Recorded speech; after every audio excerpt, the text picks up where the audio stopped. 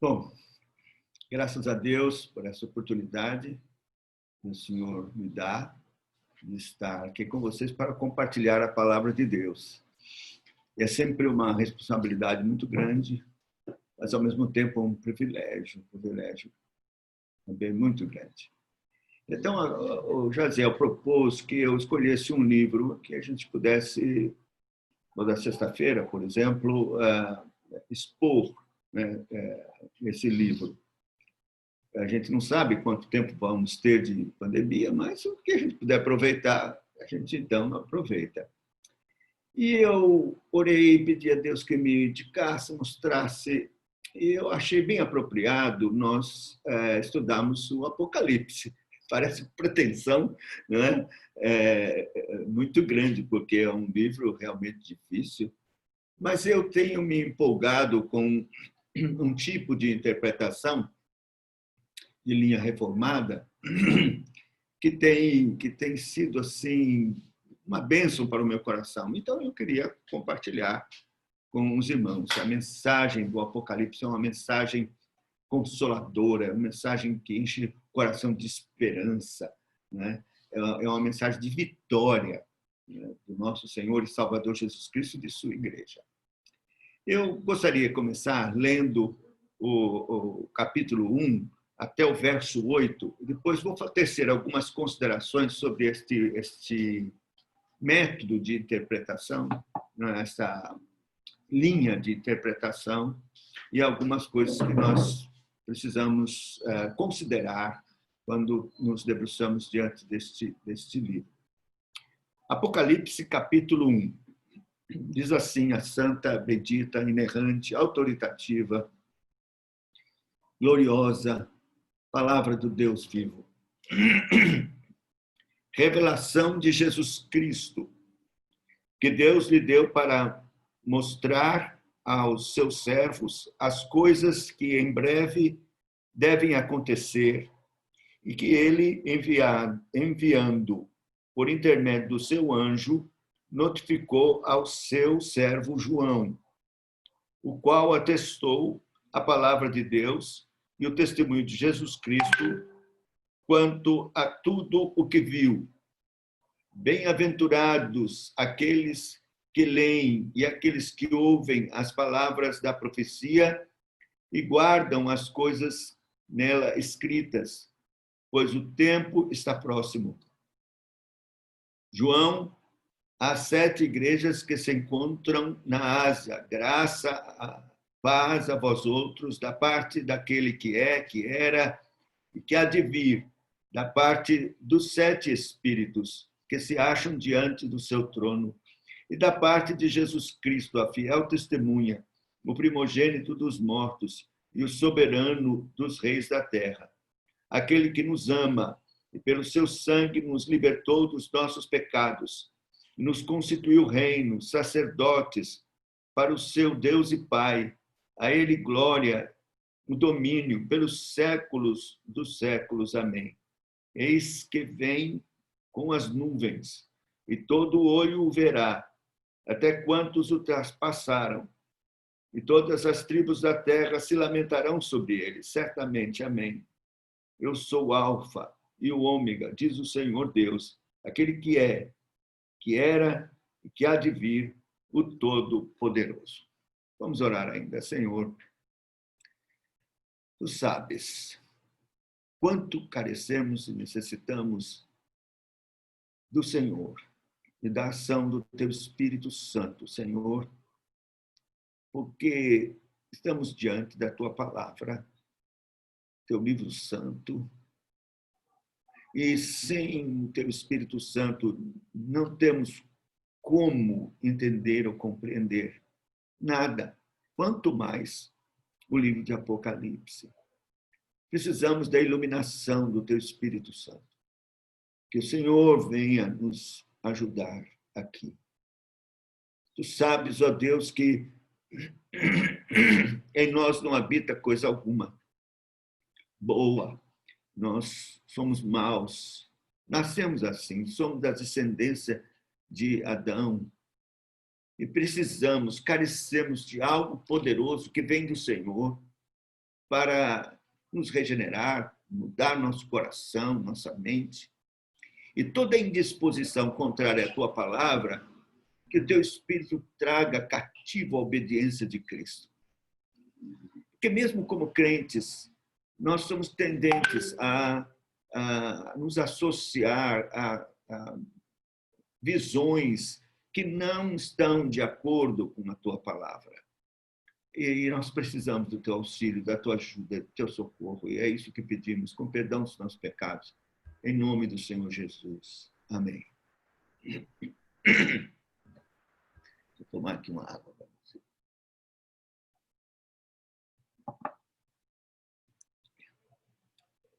Bem, nós sabemos que escatologia é uma coisa difícil. Nós temos muitas linhas, várias, não é? Eu mesmo, durante a minha jornada de vida cristã, tive também pensamentos dos quais hoje eu sou totalmente contrário, né? Eu já fui dispensacionalista e dava curso de escatologia do ponto de vista dispensacionalista. Fiz isso na Palavra da Vida muitas vezes. E tinha esse entendimento, ensinava nas igrejas aquele sistema escatológico dispensacionalista. Mas Deus foi gracioso comigo, misericordioso, quando abriu os meus olhos para ver que infelizmente, este foi um sistema novo, a partir de 1920, que surgiu esse tipo de pensamento escatológico, e não só porque era novo, mas porque era contrário a muitas coisas na palavra de Deus. Assim também o Apocalipse. Nós temos aqueles que são chamados preteristas e que entendem o Apocalipse como alguma coisa que passou, na maior parte, e diz respeito aos Césares, toda aquela, até, por exemplo, a besta, Nero, tal, coisas assim, a Igreja Católica, os Adventistas, e muitos são preteristas e entendem dessa forma o Apocalipse. E aos futuristas, quer dizer, aqueles que olham para o Apocalipse só para os dias antecedentes da volta do Senhor Jesus Cristo. Há outros que pensam que, por exemplo, as igrejas elas correspondem a determinada era, né? Esmirna, a igreja da perseguição, tal, e Laodiceia somos nós agora, tal, uma igreja que é morna e coisas assim. Mas foi então esse sistema, esta linha mais reformada que me conquistou pelo seguinte, porque o Apocalipse, o livro do Apocalipse, escrito lá por João, né, já com 90 anos, na ilha de Patmos, ele recebe, é o início da era cristã, ele escreve e recebe a inspiração e tudo que Deus dá para ele, e as visões, tendo em vista a igreja do Senhor em todas as eras, em todos os tempos. É claro que a igreja primitiva leu este livro e recebeu uma grande consolação, porque estava passando, de fato, por uma aflição muito grande. Mas a igreja sempre passou por aflições e passa hoje também. Então, precisa olhar para Apocalipse como uma mensagem atual e propícia, bem apropriada para a sua necessidade. Imagine que se fosse só uma coisa do passado, então nós íamos ler hoje sem nenhuma aplicação direta para nós. Ou se for algo só para o futuro, também não nos diria respeito. Mas não, essa interpretação fala que o livro foi escrito para a dispensação desde a ascensão de Cristo até o seu retorno. Então, todo este período consta aqui, está aqui no Apocalipse, para todas as épocas e todas as eras. Então, isto é da maior importância. Este é um livro que tem muitos simbolismos, não é? Então, nós temos que tomar cuidado com isso, porque a tendência que a gente tem é tentar interpretar cada detalhe do simbolismo. E essa não é uma coisa boa, não é? A nossa tendência é a fazer alegoria com esses detalhes. Mas não é esse o propósito. O símbolo ele tem uma mensagem no todo. E é isso que importa. Então, nós não devemos descer o foco para os detalhes no livro do Apocalipse, mas olhar a mensagem que ele tem. Ele é orgânico, é um livro que tem uma mensagem para a igreja, que fala da vitória de Cristo sobre os seus inimigos, sobre Satanás, e também a vitória da igreja do Senhor. Não é? Então, tendo em vista estas coisas, nós vamos, então, começar o livro pensando nisso para ver qual é a mensagem que o Senhor tem para nós do livro, né, para nós hoje. E eu espero que o Senhor, por sua graça, nos ajude. O texto que nós lemos, ele é o início do livro, é uma introdução, e esta introdução ela é importante porque trata do Filho do Homem. Nós vamos ver isso não só até o verso 8, mas na próxima oportunidade, nós vamos tratar do 9 em seguida, que é a visão mesmo do Filho do Homem, de Cristo, no meio das igrejas, e como isso é importante. Mas agora, de 1 a 8, nós vamos ver o Filho do Homem. O título do livro é Apocalipse de Jesus Cristo. Apocalipse quer dizer revelação. Tirar o véu, desvendar e apresentar o plano de Deus para a sua igreja nos últimos dias. O plano da igreja de Cristo é o plano de Cristo para a sua igreja nos últimos dias. Só que quando você ouve essa palavra últimos dias, aí você fala, está vendo? Então, é para quando tiver Cristo voltando. O Apocalipse é para aquele período lá futuro, quando Cristo estiver voltando. Mas isso não corresponde com a verdade, porque nós temos aqui no livro de Atos, quero que você, se puder, aqui comigo, ou então preste atenção, no livro de Atos, nós temos aqui o apóstolo Pedro explicando o evento do Pentecostes. Quando ele explica o evento do Pentecostes, que o pessoal estava pensando que estavam embriagados e tal, então,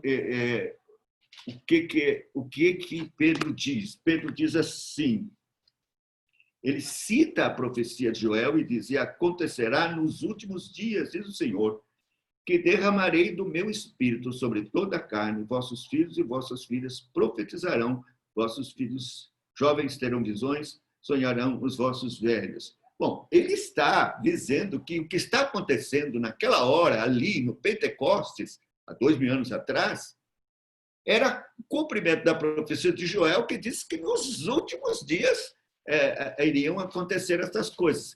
Então, os últimos dias foram inaugurados no Pentecostes. Aí começou os últimos dias, porque cumpriu-se a profecia de Joel. E houve o derramamento do Espírito Santo. Muito bem. Então, quando a gente fala do Apocalipse, quando a gente ouve aqui a palavra que nós lemos, né, que é a revelação de Jesus Cristo, que Deus mostrou para a sua igreja, o plano de Deus para a sua igreja para os últimos dias, então nós compreendemos que é nesse período, nessa dispensação do Pentecostes, ascensão de Cristo ali, Pentecostes, e até quando ele voltar. São últimos dias. Então, nós estamos nos últimos dias, Pedro estava nos últimos dias, nós estamos vivendo os últimos dias, e o Apocalipse era para Pedro e é para nós também, nos últimos dias. Não é? Então, diz, revelação de Jesus Cristo, que Deus lhe deu. Interessante, aqui nós temos essa expressão, Deus deu a Cristo. Ele recebeu de Cristo. Revelação que Deus lhe deu. Revelação de Jesus Cristo que Deus lhe deu. Essa vale a pena a gente pensar, porque é dessa forma mesmo que o plano de Deus se cumpre. O Senhor Jesus Cristo, quando se manifestou aqui, ele glorifica o Pai, dizendo que a mensagem que ele tem, ele recebeu da parte do Pai. Então, é assim na economia da Trindade. Cristo exalta a Deus. Deus exalta o seu Filho. Nós temos isso lá em Hebreus, quando ele diz que ele criou todas as coisas. Né? A partir do verso 5 de Hebreus 1, é uma exaltação, Deus exaltando, mas do Filho diz, tu criaste todas as coisas. Quer dizer, o Pai exalta o Filho.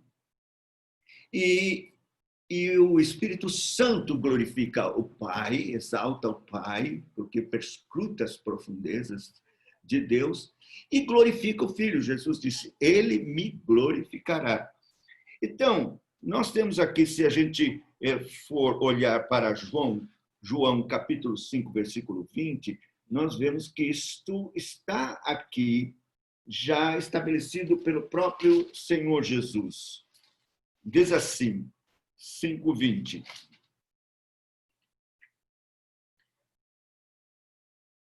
Porque o Pai ama ao Filho e lhe mostra tudo o que faz. E maiores obras do que esta lhe mostrará, para que vos maravilheis. E também o João 7,16, virando uma página assim, você vai ver 7, duas páginas, 7,16. Diz assim, respondeu-lhe Jesus, o meu ensino não é meu, e sim daquele que me enviou. E ainda o 14, 49 e 50. Mais para frente um pouco, João 14,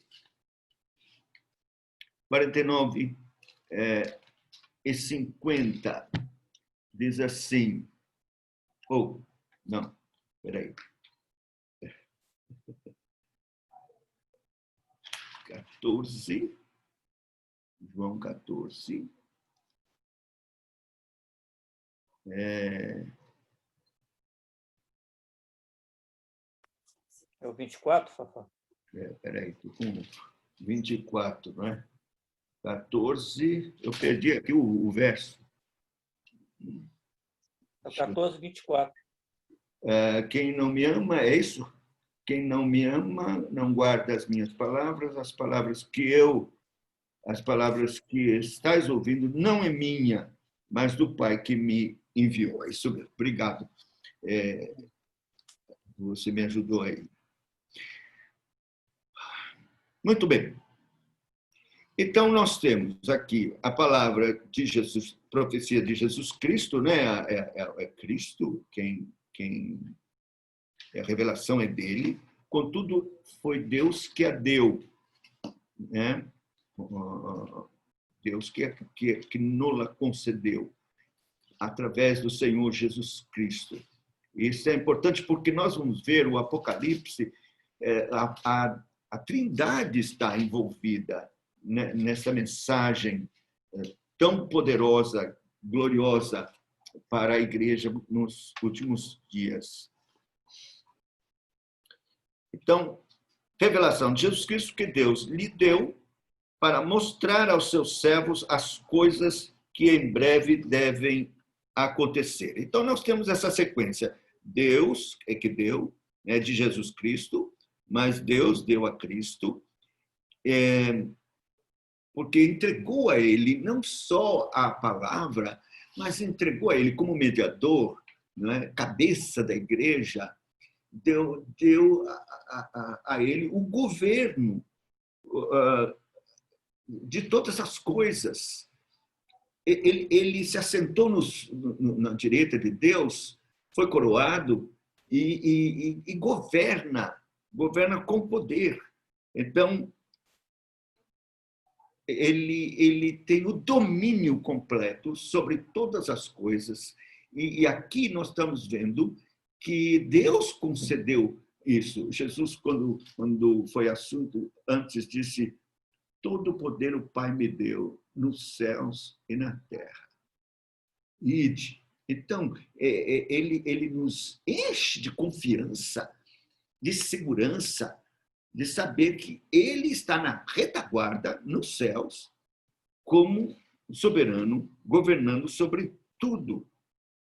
Depois, através do anjo, Jesus comunica e comissiona um anjo para trazer a João aquilo que recebeu do Pai, para que seja comunicado à igreja. João, né, ele recebe e testifica. Ele tem a responsabilidade de registrar e comunicar, e ser testemunha de tudo aquilo que Deus mostrou para ele em favor da igreja. E temos nós que ouvimos, nós que lemos e ouvimos e recebemos a mensagem como uma promessa. Se ouvimos, se lemos, isso é acompanhado com uma promessa. Então, veja, revelação de Jesus Cristo, que Deus lhe deu para mostrar aos seus servos as coisas que em breve devem acontecer, e que ele, enviando por intermédio do seu anjo, notificou ao seu servo João, ao qual atestou a palavra, ou o qual atestou a palavra de Deus, deu testemunho, né, de Jesus Cristo e de tudo que viu. Aí vem a bem-aventurança. Bem-aventurados aqueles que leem e aqueles que ouvem as palavras da profecia e guardam as coisas nela escritas, pois o tempo está próximo. Então, até aqui, nós estamos vendo isso, que Deus, o Deus triuno, participa nesta mensagem e no cuidado para com a igreja, de forma que nós recebemos, então, esta mensagem nos últimos dias como igreja. Agora, veja que há aqui uma saudação e adoração. Os versos 4 e 6.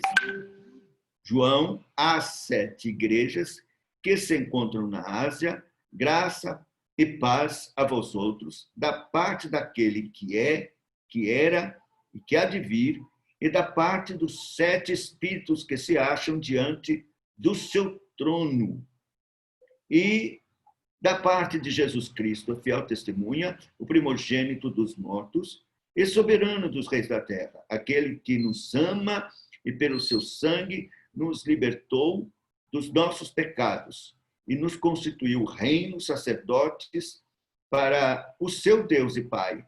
A ele glória e domínio pelos séculos dos séculos. Amém. Que saudação maravilhosa! E esta saudação tem implicações tão profundas e maravilhosas. As 7 igrejas da Ásia, elas representam todas as igrejas do mundo. Cada mensagem a cada uma dessas igrejas que realmente existiram na Ásia, na verdade, não é só para elas. É para todas as igrejas. Os problemas que existiam nestas igrejas, eles se multiplicam ou replicam nas igrejas em todas as épocas, e hoje também. Então, essa saudação é importante.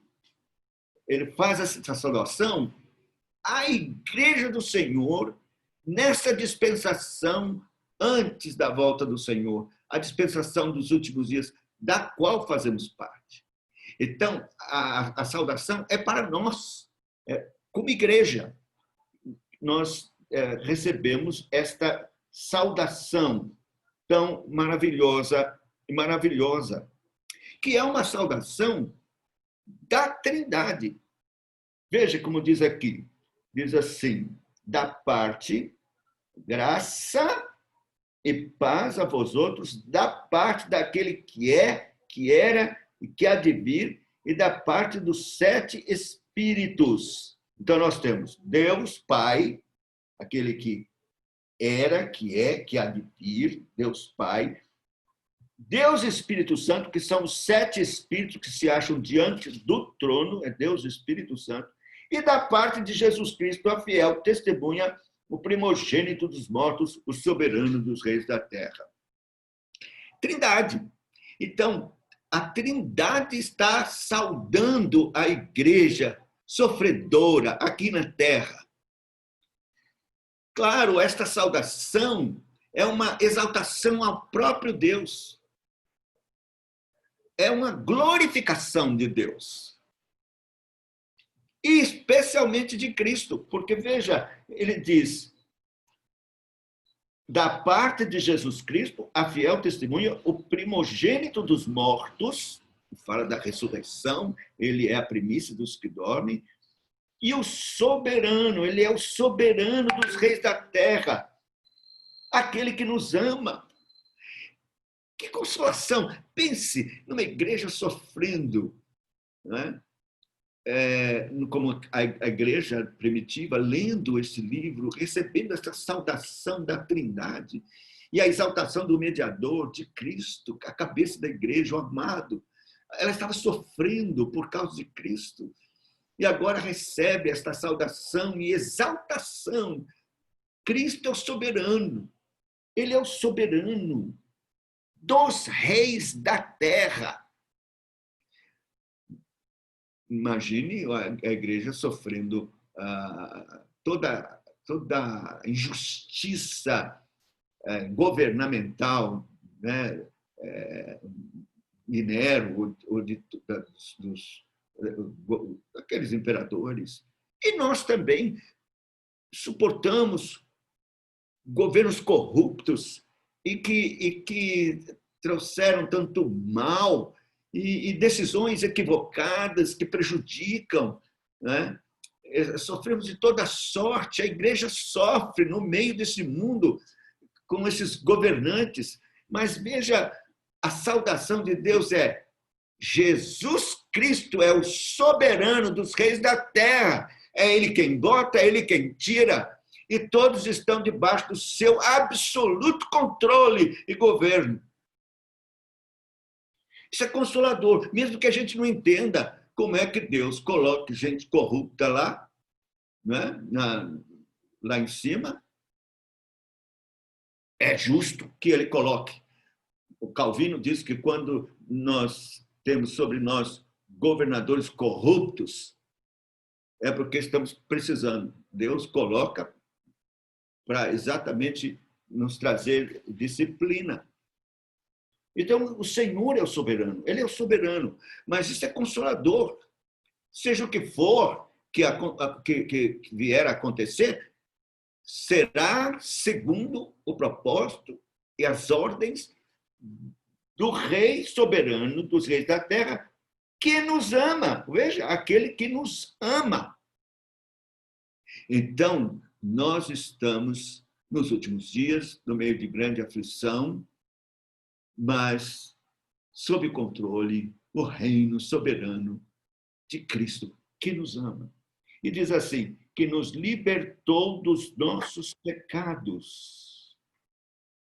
É tão maravilhoso essa ênfase, porque a gente sempre pensa no perdão, né? Pensa, que graça, sermos perdoados nossos pecados. mas ele nos libertou. Ele nos liberta dos nossos pecados. Então, é extremamente importante pensar nisso. Ele recebe como somos, é verdade. A gente ouve, eu venho como estou. Então, as pessoas vêm com suas dores, com seus pecados, suas fraquezas, mas ele é perdoado e depois liberto. Isso é essencial. Isso é do coração do Evangelho. A regeneração, a transformação, a mudança, a libertação de Deus. Nós não podemos aceitar que pessoas continuem nos seus pecados tranquilamente, né? Porque ele nos libertou dos nossos pecados. E nos constituiu reino, sacerdotes para o seu Deus e Pai. A ele glória e domínio pelos séculos dos séculos. Amém. Essa expressão, e nos constituiu sacerdote, é uma expressão importantíssima. A igreja precisa compreender, porque é parte da sua obra missionária. É parte da missão da igreja ser sacerdócio real. Isso foi dado a Israel, né? Se nós lemos em Êxodo 19:6, eu espero que tenha feito a anotação certa para não ter problema, mas eu acho interessante porque essa expressão sacerdócio real, uma nação de sacerdotes, a ideia de Deus é de que o seu povo seja sacerdote, seja aquele que representa Deus e faz uma obra em nome de Deus para o mundo, né? 19:6 diz assim: vós me sereis reino de sacerdotes e nação santa. São estas palavras que falarás aos filhos de Israel. Reino de sacerdotes e nação santa, separada do mundo, com propósito, ser sacerdote, ministradores. Isso é maravilhoso. Então, nós estamos no mundo de aflição, mas o plano e o propósito de Deus para a sua igreja é que, não importa a aflição, Deus nos deu do seu Espírito para fazermos a sua obra. Eu me lembro de um pastor que gostava de dizer isso assim, que quando Cristo subiu, e foi assunto ao céu, recebido na glória, então foi uma festa muito grande, e aí os anjos perguntaram para ele assim: e agora, como é que vai ser a obra lá, o reino que o Senhor inaugurou, começou lá, como é que vai ser para frente? Como é que vai para frente? Os discípulos, que eu deixei lá, os 12 discípulos, aí que então os anjos perguntaram assim para ele: e se eles falharem? Aí o Senhor responde, e esse pregador dizendo, o Senhor responde: eles não podem falhar. Eu, como reformado, daria uma mudançazinha nessa história. Eu diria assim, porque é uma história, isso aí não aconteceu coisa nenhuma. Então, já que eles inventaram, eu vou inventar, dar uma consertada. Aí diz assim: e se eles falharem? Perguntam os anjos. Aí o Senhor responde: eles não vão falhar. Aí dá uma olhadinha assim, não é Espírito Santo.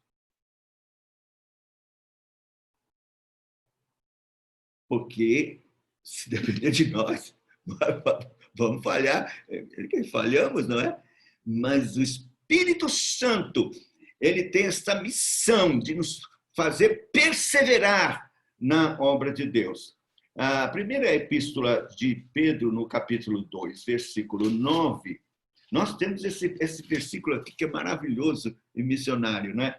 Diz assim: Vós, porém, sois raça eleita, sacerdócio real, nação santa, povo de propriedade exclusiva de Deus, a fim de proclamardes as virtudes daquele que vos chamou das trevas para a sua maravilhosa luz.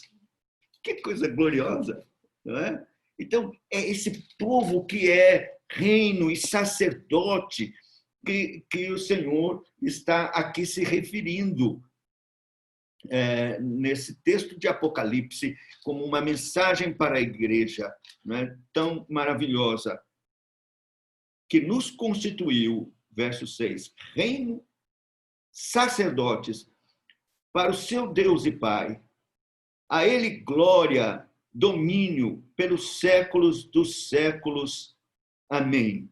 Eu gosto desse verso porque é um verso que está afinado com esta proposta reformada da existência da igreja. Qual é o fim principal do homem? Glorificar a Deus e gozá-lo para sempre. Glorificar em tudo a Deus. Esta é a missão maior. Assim, alguém podia perguntar, mas não é a evangelização a missão principal? Não. A missão principal da igreja é glorificar a Deus. Porque se ela não tivesse a missão principal de glorificar a Deus, até evangelizar, ela vai fazer de um modo que não glorifique a Deus. Então, é glória, sim, a Ele. Agora, o anúncio glorioso da segunda vida de Cristo, nós temos aqui no verso de número 7. Eis que vem com as nuvens, todo olho verá, até quantos o traspassaram. Todas as tribos da terra se lamentarão sobre ele, certamente. Amém. Eu sou o Alfa, o Ômega, diz o Senhor Deus, aquele que é, que era, que há de vir, o Todo-Poderoso. Aqui, veja, é o Senhor Jesus Cristo prometendo a sua volta. Eis que vem com as nuvens, todo olho o verá. Aqui nós temos, por exemplo, já uma coisa que é contrária ao dispensacionalismo, né? Os dispensacionalistas acham que a volta de Cristo virá secreta, que ninguém vai ver. Ele vem e arrebata a sua igreja. Quer dizer, vai haver o arrebatamento, mas é no último dia. E o arrebatamento da igreja será no dia da volta gloriosa de Cristo, e todos verão, todos. E veja, até os que traspassaram a Cristo, porque eles vão ressuscitar, não é? Naquele último dia, eles vão ver, até os que traspassaram, eles vão ver Cristo voltando. Eles vão ressuscitar para ver. E vão se lamentar, porque eles vão receber um corpo de vergonha e de horror para ser lançado no lago que arde com fogo e enxofre.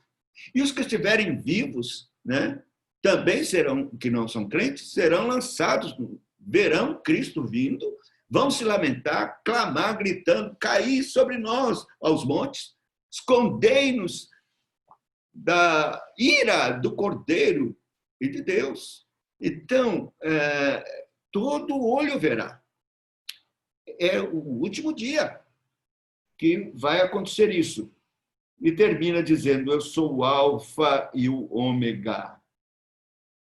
Duas palavras gregas, no princípio e o fim. Primeira e a última letra grega para dizer eu sou o princípio e o fim. Essa é uma designação de Deus mesmo, da divindade. Tanto é que nós vimos isso, né? No verso anterior, nós vimos que é isso que está se dizendo, falando a respeito de Deus. É uma designação de Cristo como Deus. Ele está se referindo a ele mesmo, né? Conforme o contexto anterior, nós podemos inferir isso. O verso de número 7 se referindo a Deus, o Pai, né? Não é o número 7, é um pouquinho antes, que fala assim, no verso 4, diz assim, João, as 7 igrejas que se encontram na Ásia, graça, paz a vós outros, da parte daquele que é, que era e que há de vir. Isso é uma designação de Deus, Pai, nessa trindade que está sendo aqui apresentada. Espírito, 7 Espíritos, Espírito de Deus e Cristo Jesus. Agora, eu, Cristo, sou o Alfa e o Ômega. Então, aquele que é e que era e que há de vir é Deus. Jesus é Deus, o Todo-Poderoso. Então, é uma exaltação de Cristo, o Filho, o mediador, como Deus. Deus, segunda pessoa da Trindade, unigênito do Pai e primogênito para nós. Ele é igualado ao Pai, da mesma substância, glória e poder.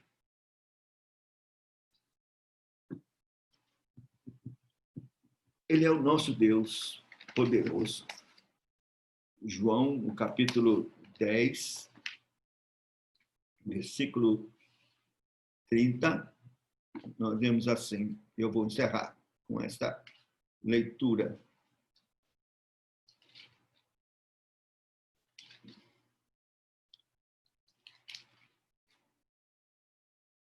Diz assim a palavra do Senhor: eu e o Pai somos um.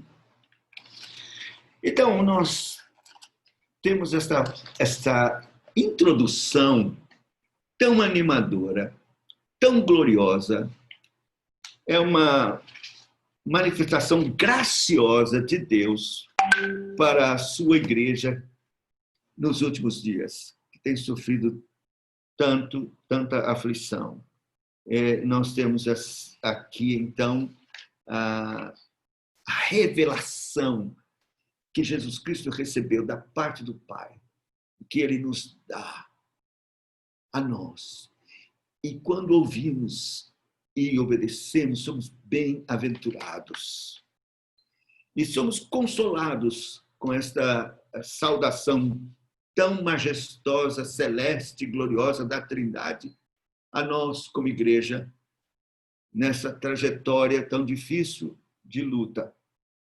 Porque a exaltação de Deus e a exaltação de Cristo é um consolo. A doutrina da soberania de Deus é um consolo para a igreja na sua aflição.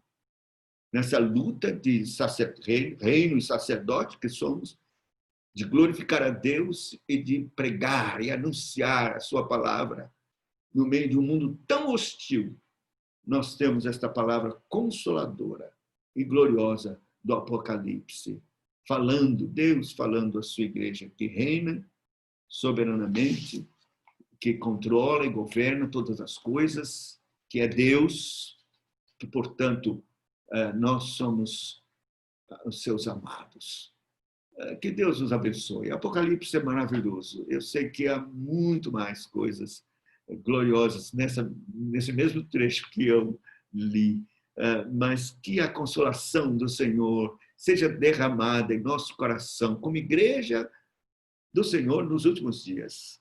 Nessa grande aflição, que possamos olhar e ver o nosso Senhor e Salvador, o Alfa e o Ômega, o soberano de todos os reis da terra, aquele que governa, tem o cetro nas mãos, que tem um plano, um propósito que visa a sua glória, exaltação e a vitória da sua igreja. Que Deus nos abençoe. Vamos orar. Ó Senhor, nós te damos graças pela tua palavra, esse livro tão maravilhoso, Apocalipse. Te damos graças, Senhor, porque nós encontramos logo na introdução desse livro uma mensagem de consolo, de ânimo e de coragem. O Senhor nos anima dizendo que nos ama e que tem uma mensagem para nós, para nos ajudar a atravessar esta hora difícil dos últimos dias. Damos graças pela visão da soberania do Senhor Jesus Cristo, nosso Salvador, que é um com o Pai, em substância, glória, majestade e poder, e que, portanto, exaltado, governa sobre tudo e sobre todos, e que nos salvou, perdoando os nossos pecados, mas nos libertou e nos santificou para fazermos parte de um reino de sacerdotes, que tem uma missão que, ajudados pelo Espírito Santo, certamente iremos cumprir, de anunciar, proclamar a Cristo, que nos transportou do império das trevas para o reino do Filho, do seu amor, a salvação maravilhosa que Deus tem. Guarda-nos assim, Senhor, nesta consolação dada pela Tua palavra, nesta esperança tão maravilhosa e nesta visão tão consoladora de Cristo, nosso grande Rei. A Ele toda a honra e toda a glória, hoje e para sempre. Amém. Amém. Amém.